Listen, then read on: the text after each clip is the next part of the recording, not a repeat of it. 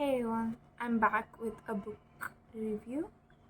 There are two reasons that made me want to do a book review. One being that it's been so long since I did one, and the second reason is just the essence of this book. It just made me want to review it. So I'm also doing a blog post regarding it. And yeah, also my background looks really bad. I'm very well aware that it looks dull, but I'm left with no other choice because I live in a terrible hostel. So the book I'm reviewing is Before the Coffee Gets Cold by Toshikazu Kawaguchi, if that's how it's pronounced. Um, there is something feel good about this book. I just recently finished it. I'm so glad I picked this book because there are so many reasons. There is a small underground cafe. Uh, if you sit at a certain seat and think about a certain point of time that you want to travel back, you actually could go back to that period of time. Yeah, that is the main plot line. But however, there are some certain rules that apply if you want to time travel, which being you must sit at a certain seat. You cannot leave from that certain seat at any point of time during the time traveling process, and you can travel only to the coffee shop, like only inside the coffee shop. It should take place inside the coffee shop. And anything you do in the past would not change the present or the future. And the main and important rule goes anything you do in the past would not affect the future. So, isn't it pretty pointless to go back to the past if it cannot change the present? Um, and there's this rule that says, okay, this might be the most important rule that you must return to the present before the coffee gets cold. That is, you have to gulp down the entire coffee before it goes cold. And if you fail to do so, you'll turn into a ghost that haunts the coffee shop forever. That is, you'll turn into a ghost that have to sit at that seat, cannot move from that seat forever.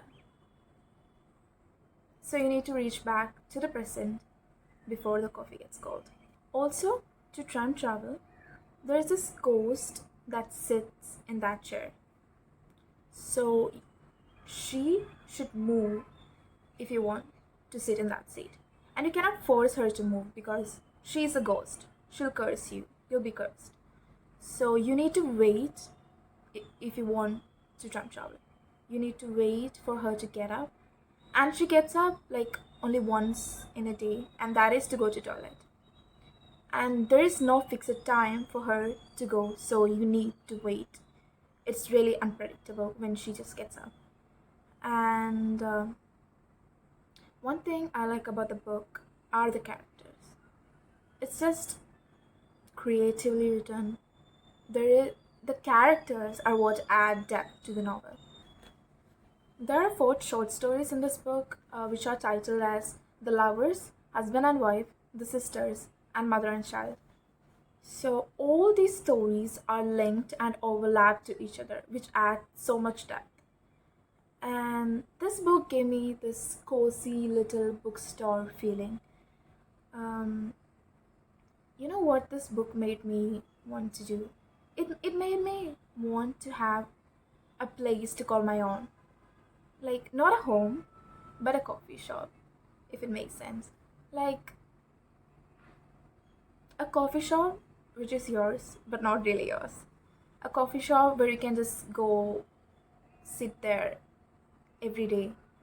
A coffee shop where you're close enough to the barista and the workers for them to inquire about your day, ask you what's wrong, and yeah, ask you when you miss a day or something. Like that kind of bookstore. Like a very underrated one where there are no much people,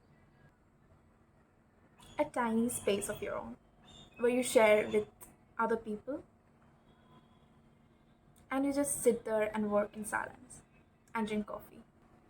There is a smallness in the time traveling part. Smallness as in how most time travel books are written in a big displaying manner, but in this book it's just a part of it. Like it's just a part of it, and the characters, I mean the workers of the cafe, are like really nonchalant about it. So that is one thing about the book. I wish I would lose my memory just to read this again.